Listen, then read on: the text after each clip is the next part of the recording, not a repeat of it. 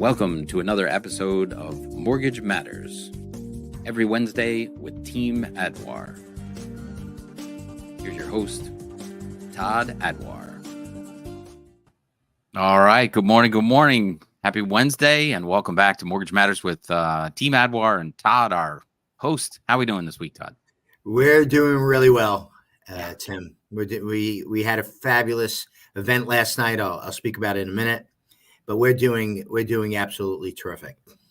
So I wanted to start the show out like I always do with the Mortgage Matters update, and we had a good week for rates this past week.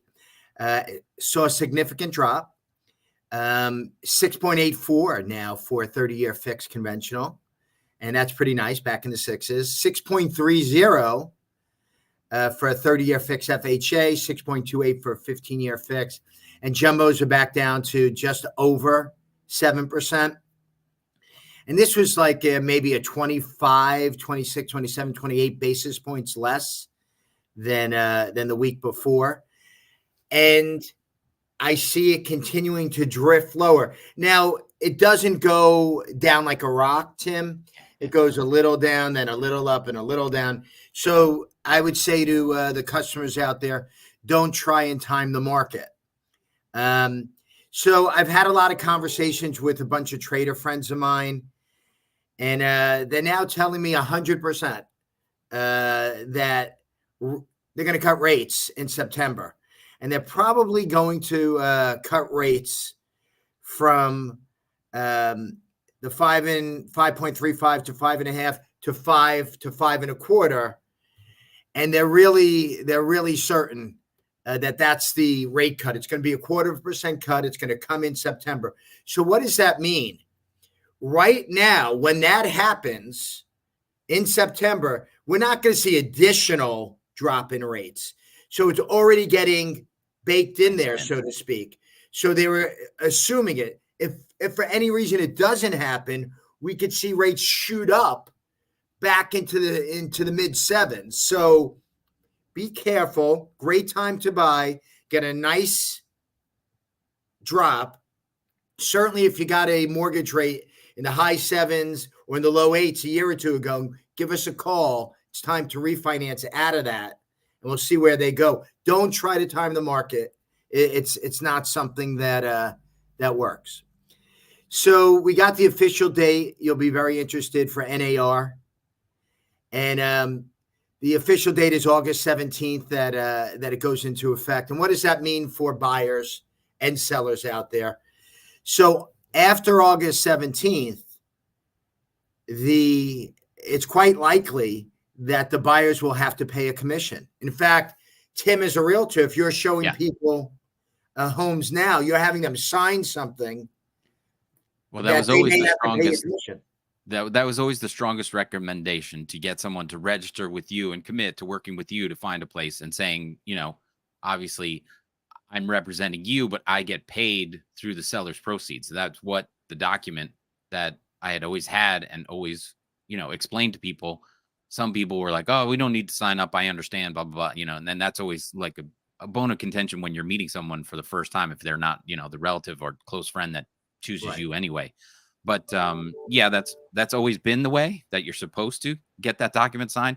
But now what they're saying is that on the other side, the sellers do not have to offer a buyer's commission and will not be publishing it.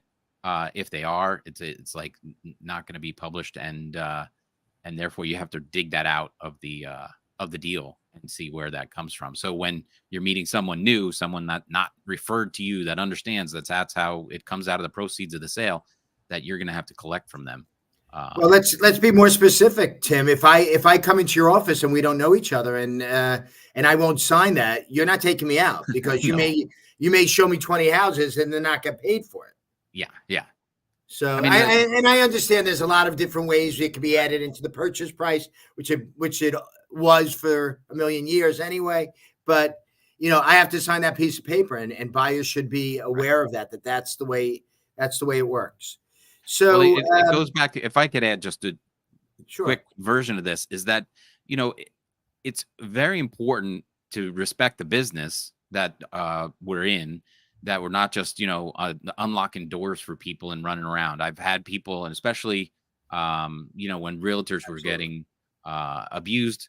I think it was Favre the Carter who got murdered, and it was crazy, and everybody got very nervous about that. And then during COVID, when you could only let one person in, you had to qualify these people, sit down with them, make sure they knew what they were getting into. If they were qualified to come into the house, you try and get them pre-qualified with a mortgage. But same respect, you now have to explain that if I'm not getting paid from the seller, we have to cut something out through you, Mr. Buyer, because that's the way, I make a living. So right. No, absolutely.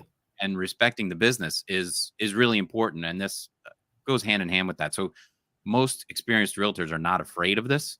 Everybody, treats it like, oh, they're going to kill the industry, but it's not really the way. No, and it becomes the norm. When I walk in to buy a pizza, I don't expect to walk out for free. I'm walking out with a home here. I'm walking out with $1 million home. Yeah. I understand. I got to pay something. Somebody's got to make something. Okay. So something interesting that Biden is said to be proposing, which is a national rent cap of 5%. And this could lower the value of homes. And let me explain why. Yeah. So if I put a cap, let's say you own a investment property and you have a 20-year tenant, and the 20-year tenant is paying $1,000 a month, but they should have been paying $2,000 a month, but you like the tenant, they've been paying you on time, blah, blah, blah. All of a sudden they move out. Tim, now you can only charge the next tenant $1,050 instead of $2,000. So if I'm going to buy your house and I can only charge $1,050, well, that's not as viable for me. Right. So that means I'm going to pay you less, because the value of what I could charge for rent it's going to take me 20 years to catch up. So maybe a good thing for renters, not a good thing for homeowners. If that goes into effect, I would think they could put that in on apartment buildings, and maybe that might help renters, just rental buildings. But if you put that in for 1, 2, 3, 4 family homes that you're renting, you're killing that market. Yeah. I know it sounds great, but you're killing that market. I know that some of those exist in New York, where there's rental caps for renters. But if you're saying it's locked in for the next renter or whatever, no matter what, it wouldn't be everything would be rent. Everything is rent control. Rent control. And that not the American way. Not the American way. That's not going to work. So, and finally, nearly a third of U.S. homeowners are cutting the prices on housing as the supplies increase. Tim, obviously, they're not getting the numbers, but there are two things to consider. One is, where in the country are you? So Florida, they're cutting. New York, they're not. California's starting to rise again, so they're not cutting. And then look, if I made $150,000 in profit from 2020 to 2024 on my home, but now I got to lower it $15,000, $20,000 to sell it, and I only made $130,000. Did I really lose any money? Right. I don't know. Or maybe the realtor says, well, ask $500,000 when the last house sold for $475 and I get $470 or $472. I probably should have listed it for that amount anyway. So it's just sort of a reset of the values out there. I don't see it as being a major contributor. In some states, we are seeing or some cities, some areas, we are seeing, prices fall a little bit more significantly, but most of the country's pretty solid. Okay, we have a great guest today. I think I have one for you. Is this? Yeah, no, that was it. That was part of it. Yeah. All right. So we have a great guest today. Yes. A long time friend of mine, called Giuffrida from Lumica Capital. We've done a bunch of deals together, and the women call him, Carl Handsome, and we're thrilled to have him. And it's going to be a real treat to talk about the commercial market today. How are you, Carl? Good, Todd. Thanks for having me. Hey, Tim, how are you? Good morning. Good morning. Good morning. Why don't you tell everybody, Carl, how long you've been in the business? I've been I'm managing director of Lumica Capital for several years, but I've been in the commercial real estate finance business for about 20 years now. Did you stumble on that, or you went to school for? How do you wind up in the commercial end of real estate finance? I started out in residential. I started out in your world, Okay. and it was a great space to be in. I just, you asked me if it stumbled upon it. Actually, I kind of did. I was doing residential. I had a satellite office for a broker. I was doing a lot of reverse mortgages, that sort of thing. It was that time of the year, that time of the season. And I was introduced to a private bridge lender.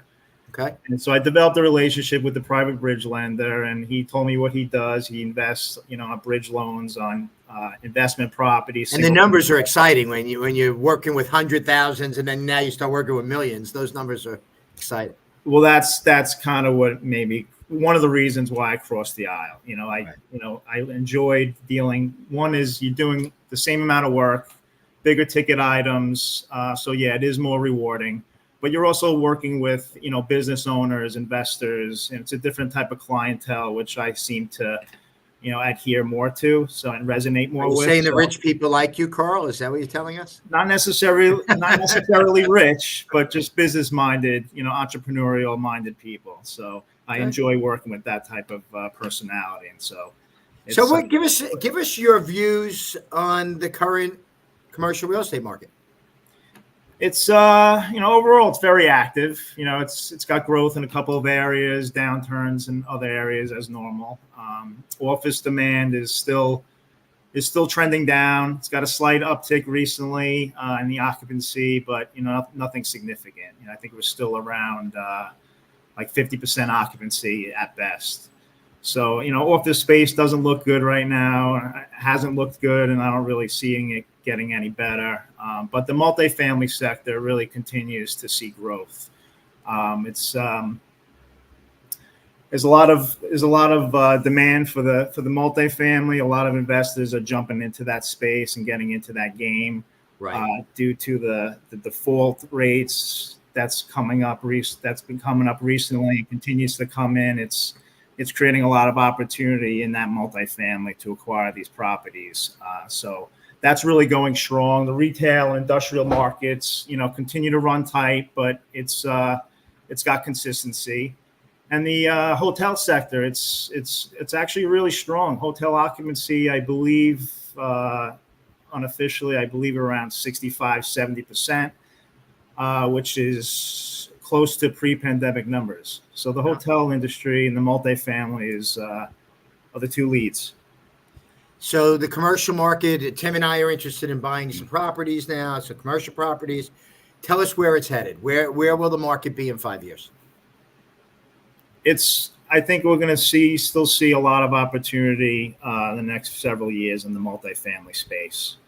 So if you and Tim wanted to get into that, I would recommend getting into like a value add acquisition where you could get a price, get a property at a discount in lieu of maybe some property conditions or financial poor conditions, and you add some value to it. You add equity by doing some renovations and improve the rental income. So you're building up your equity, which builds up your revenue, which builds up your return. So it's a way to get an early, a low number entry with a big upside. Hey, I don't know if you heard or saw what Biden's proposing, which is a 5% cap on renters per year for rent. What would that do to the multifamily market? Well, I think. Listen, I mean, if it comes to play, I really don't necessarily take any of this campaign stuff too seriously. It's just like anything else. There's a lot of proposals of good change, but after November, things start to get lost in the mix. Is there anything with the election that you might look at and say, wow, if this side wins, this could happen. If that side wins, that could happen. We're hearing a lot of pundits talk about what could happen if either side wins. I think commercials. Yeah, right. I mean, I think, listen, I mean, in any condition, and that's what makes, the real estate space exciting, the investment world exciting, is learning how to pivot in any condition. So whether it's either party that, is in the administration next year, I really don't think it's going to weigh heavily, make too much of a significant change. Like I said, investors are good at pivoting. And so if there's any kind of policy that is thrown at it, there's always a way to get around, making it still a profitable project. So Tim and I are going to be new at this game, and we want to get all of our documents in order. What should we start looking to get so that we could start to think about securing commercial real estate financing? What type of paperwork do you collect? Well, we look at the property and the borrower when we originate a loan. So, we need to see, as far as the property, we need to see the rent schedule to see what kind of rental income is coming in, what kind of expenses are there, so we can see what the net, revenue is. I like to see a profit and loss statement, balance sheet. That's all on the property. And as far as, the borrower, we need to see their credit conditions. So we need to see a credit report, just like most financing acquisitions. And we do want to see a personal financial statement as well as tax returns. So if I have a property, having said that, Todd, though, there are programs that that don't require a full doc. That's for a full doc underwriting. Right. And that's where you get, obviously, you're going to get the best rate and term. But if you're in a situation where maybe self-employed or whatever it may be, that you don't have the documentation to show, there might be delay in tax returns or whatever it may be, there are programs available that don't require a low doc program. But again, there's more costs associated with those programs. Now, if you have an entrepreneur who maybe they are renting a commercial space, and now they want to buy a building to move their whatever it is, their commercial unit in. What type of special government financing is there out there for those types of folks? So let's just say I own a gas station. I want to buy another gas station, but I don't own the real estate on the first gas station. I want to buy the real estate. So I'm going to be my own landlord, or maybe it's a laundromat or something like that. What can I get? What areas am I thinking? Do I have to come up with millions of dollars in cash to buy this? No, absolutely not. So to answer your question, and that's one of the points and that makes this program attractive. It's the small business, the SBA, Small Business Administration. They have a couple of programs, 7A, 504, that they back the loan program for the business owner. So if you had a business that you wanted to move into your own brick and mortar space, the SBA has the program to allow you to do that, where they only require maybe 10% at a down payment, sometimes 15 down payment, right? So it's a low out of cost. They're obviously their incentive and their purpose is to work in favor of the businesses and the business owners for their growth and expansion. So they allow the business owners to acquire a property with only very little down, 10 to 15%, and it's very attractive rates. And again, it's backed by, it's a government-backed program, so it's very mitigates the risk from the bank and lending perspectives. So again, and I'm just making this up, Tim and I are not really purchasing anything this week, but how would we assess the value of anything we're interested in? What's the first thing we should look at as newbies, when trying to figure out, okay, this is going to be profitable for us? How does that work? Give the newbies some sort of advice on how to dip their toe in the water. Just got to put the pencil to the paper. It just comes down to the numbers. Just like anything else in real estate, you don't want to get emotional. You don't want to, have too many variables come into play. The numbers have to work. You want to have a built-in contingency in there as well. So if you wanted to purchase, whatever it may, you wanted to purchase a commercial property, an investment property, say a 4-unit, something to that effect. You just got to check out. You got to do your homework. You can't get emotional.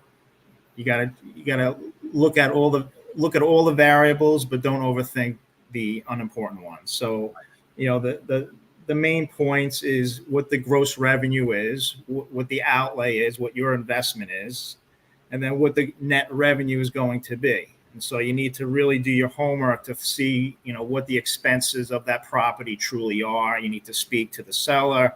You speak to some of the tenants. You got to talk to the community, know what you're getting into. Right.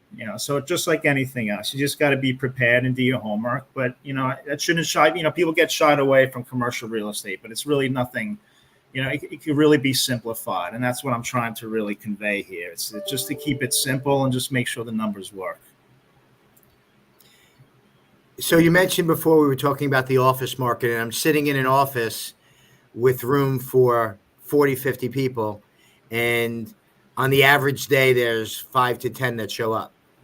And when my lease comes due next November, I'm thinking, well, maybe I'll just reduce the office space to 20. Do you see people coming back to the office space at all in the upcoming years, or is this now a new age and the old age is now dead? The horse and carriage is dead. Is office space dead forever, or? I think so. I mean, proof is in the pudding. I mean, like you just said, you're sitting in a fairly empty office, and it's not that you don't have, it's not that you don't have a huge workforce. It's just that they're not in the office. So I don't know what incentives on either the business owner on the corporate side or for the employee. I don't know what incentives are out there or that will come into play to kind of change, what you're seeing out there, whether get them back into the office. So to answer your question, I don't see that changing. The big question is, what do you do with all this office space? So I think, the next big wave is going to be, an application of converting this office space into something that's, applicable to what's going on in this. We're seeing that they have something called the Huntington Quadrangle on Long Island. And it was 4 buildings, huge buildings, maybe 1 million plus square feet. I'm sure it is. And they have applied to the town to make themselves their own sort of little village to do apartments, condo, whatever it is. And they have just started applying. So they're going to take all of that commercial space off the market.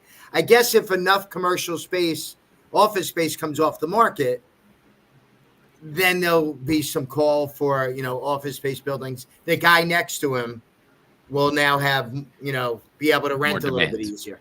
Right.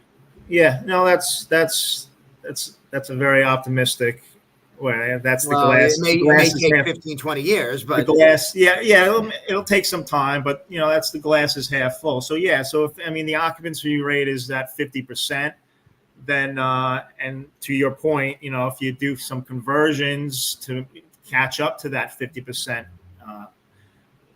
mark, then it will balance out. Then you will have both markets that are more stabilized.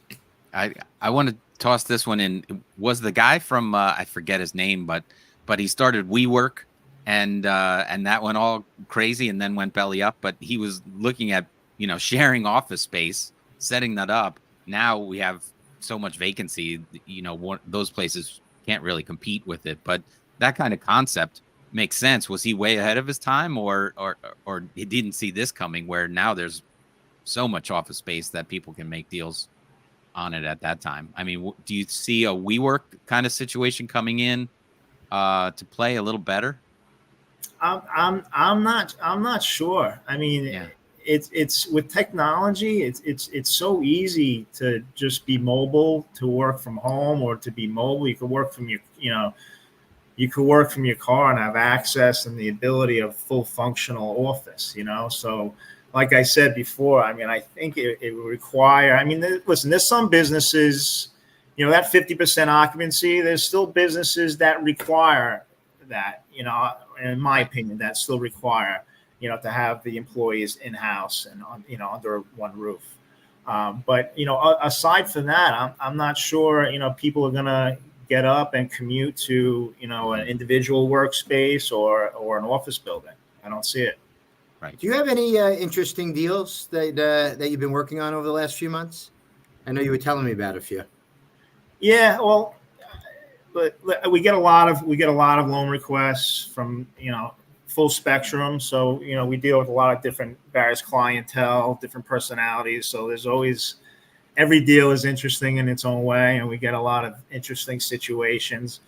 But, really, Todd, what's interesting to me is when it's rewarding for me personally to be able to help a client from A to Z, and I'll explain what I mean in a second.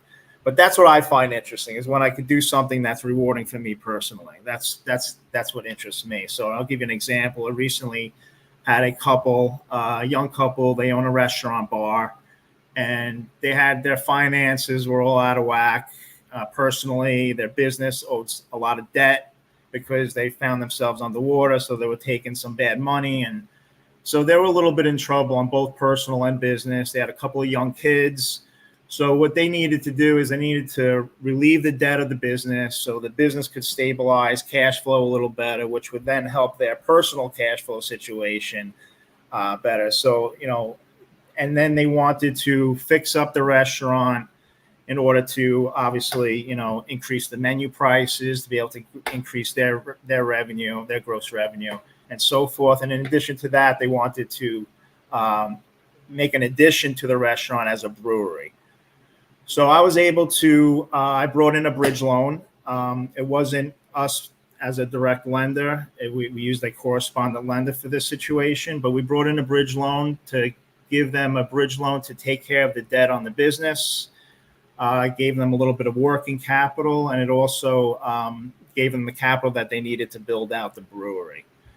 And in addition to that, that was able to relieve them to start cleaning up their credit and get their ducks in a row for some better financing. Once the brewery was completed and it was all said and done, the restaurant was renovated. I refinanced them to a long-term conventional. So you held their hands for a long time. Exactly. So, I mean, I'm not a financial advisor, so there's my disclaimer. But sometimes, and I take pride in being able to do stuff like that. So I took a couple that was business owners, good people, good business, just found themselves in a financial situation. And it led to the point where they now had a stabilized business, their finances were in order. And, they were, financially more free, and that gave them the ability to. So you changed their life. We see that on the residential end too. So yeah, I get that. Right. So that was a long answer to your question of what's interesting deal. Those are the deals that are really interesting to me. But that was a business loan, or did they own the property? They own the property. No, that was an asset-based loan. Wonderful. Yeah. Nice. Well, Carl, thank you very much. Do we have any questions out there, or? Yeah, actually, there is one just popped up. Martha says, "Are there any parts of the country where the market is particularly stronger?" Well, the strong gauge from that is where we're seeing most of our loan requests coming from, and we're New York based, obviously. So we do see, a good amount of New York based, Northeast type loan requests. But Florida is very strong. Texas is very strong. Not so much. I'm not seeing anything much in the southern states. I mean, I say not so much. I'm saying comparable to the strongest states. But I would say that, Florida and Texas are the two stronger ones right now. Great. Well, you would say Carl, most of your business is done in the New York area? I'm sorry? Most of your business done in the New York area. This tri-state area around here where we are? Yeah, but we do a lot of business nationwide. Oh, very good. Yeah. Great. Carl, thank you so much for joining us today. It was fun. Thank you, guys. I really very appreciate educational. It. And we'll be sending you some deals to help our clients. So I look forward to working with you. Likewise. Thanks, guys. Well, thanks for coming. Have a great day. Bye, everybody.